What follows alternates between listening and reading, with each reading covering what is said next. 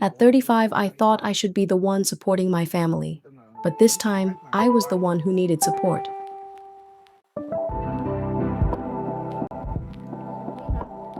My niece and I sometimes help each other with small things like this. Tonight, she knows I'm going back to the hospital in the morning.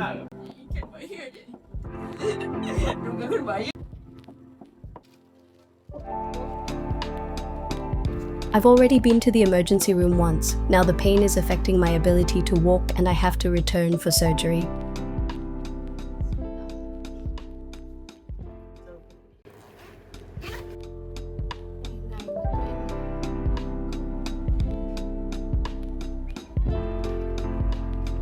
That huge bag holds almost everything my sister and I will need, and most of it is for me.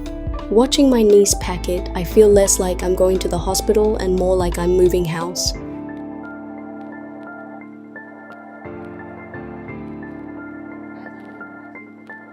My niece has picked out an outfit for me to wear to the hospital in the morning.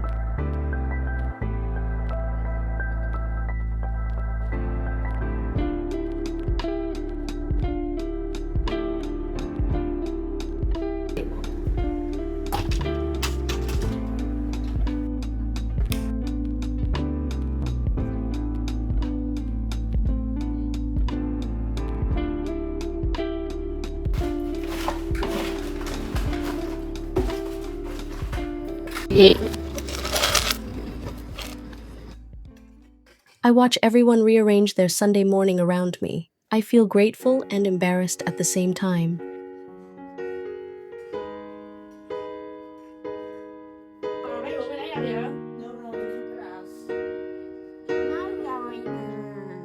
Con này con nghi là lai với con sói thì sĩ nè. Out in the front yard, Maine still wasn't fully awake. My sister and brother-in-law have driven me down this road many times. This time, we're hoping the surgery means we won't have to keep coming back.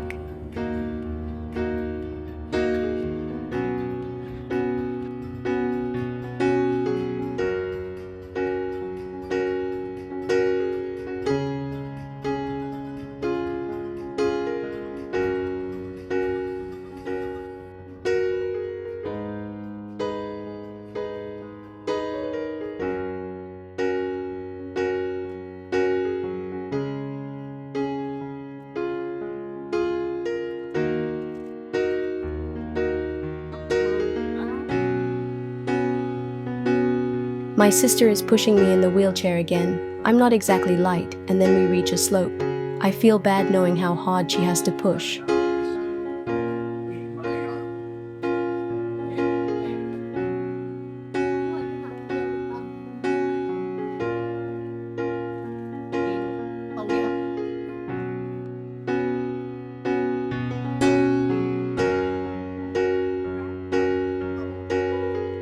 There isn't a bed available yet, so I'm waiting on a stretcher in the hallway.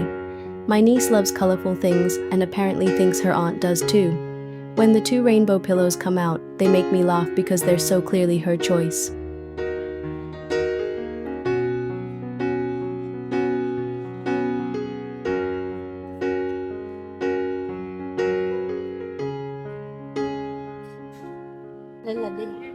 The hospital gives me mouthwash and antiseptic wash to use before surgery. Finally, a bed becomes available. We're moved into the room, and now we have somewhere to put our things. My parents have sent the money for my hospital deposit. They're nearly 80. I want to recover, work again, and be able to support them.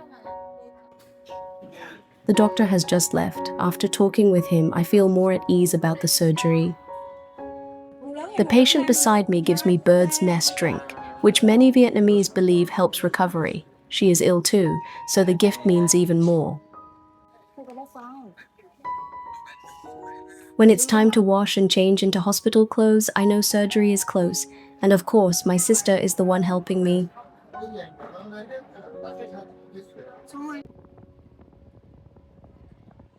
After my shower, the young woman in the next bed gives me her fan to dry my hair. I'm touched by how much the people around me care.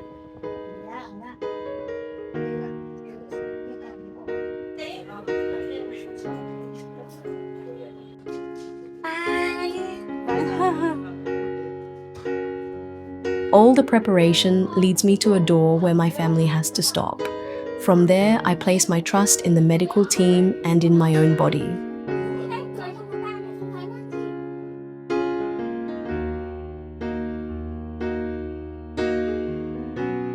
When I return to the room, the surgery is over. It feels as though I have left part of the illness behind. From here, recovery begins.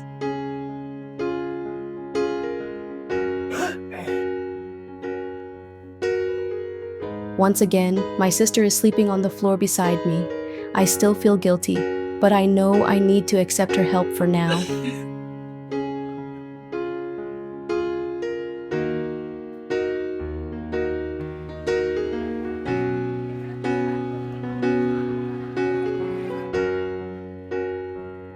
On the first night after surgery, I can't sleep for long. The pain and the noise keep waking me.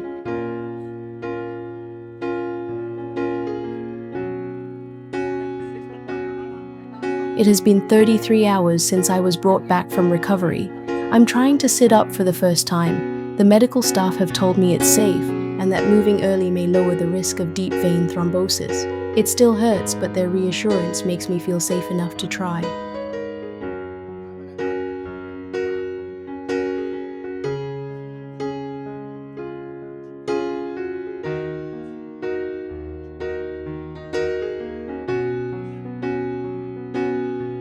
My sister tries and tries, but still can't open the jar. The man beside us opens it with one twist. It's a small thing, but it lifts the mood in the room.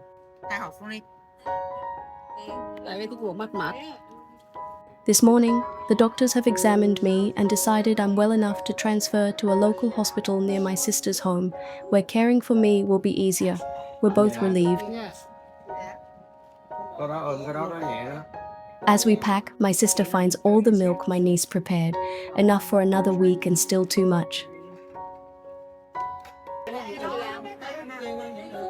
While she handles the transfer paperwork, I'm left under a pile of bags, looking as if I'm about to open a shop. I find it funny. Nhưng đây là những thứ mà tôi sẽ phải mang theo. Bắt mua cả 10 luôn. Mình nó uống lại đi chứ. Sau mà mình đi thang máy á, có mấy đứa kêu là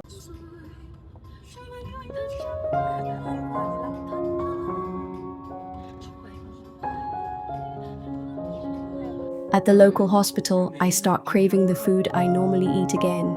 To me, that feels like a good sign.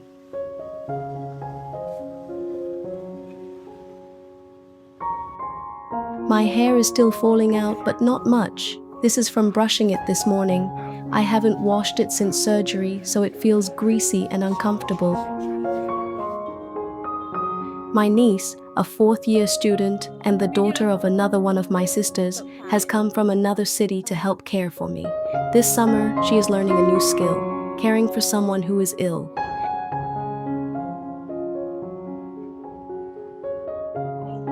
I usually wash my hair at home and avoid unnecessary spending.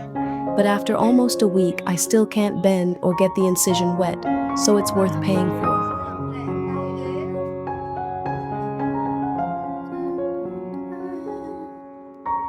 Last night, the room kept turning too cold, then too hot, and I couldn't sleep. My niece was fast asleep, so I quietly went down to the hospital grounds alone.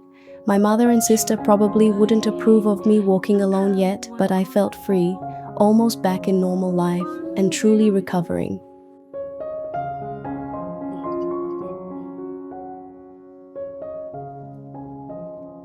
About a week after returning from the hospital, I feel well enough to step into the garden. The star fruits were small and green when I left. Now they are ready to eat. A green shoot is growing inside a broken pot nearby. I'm still recovering at my sister's house, but I'm noticing ordinary things again.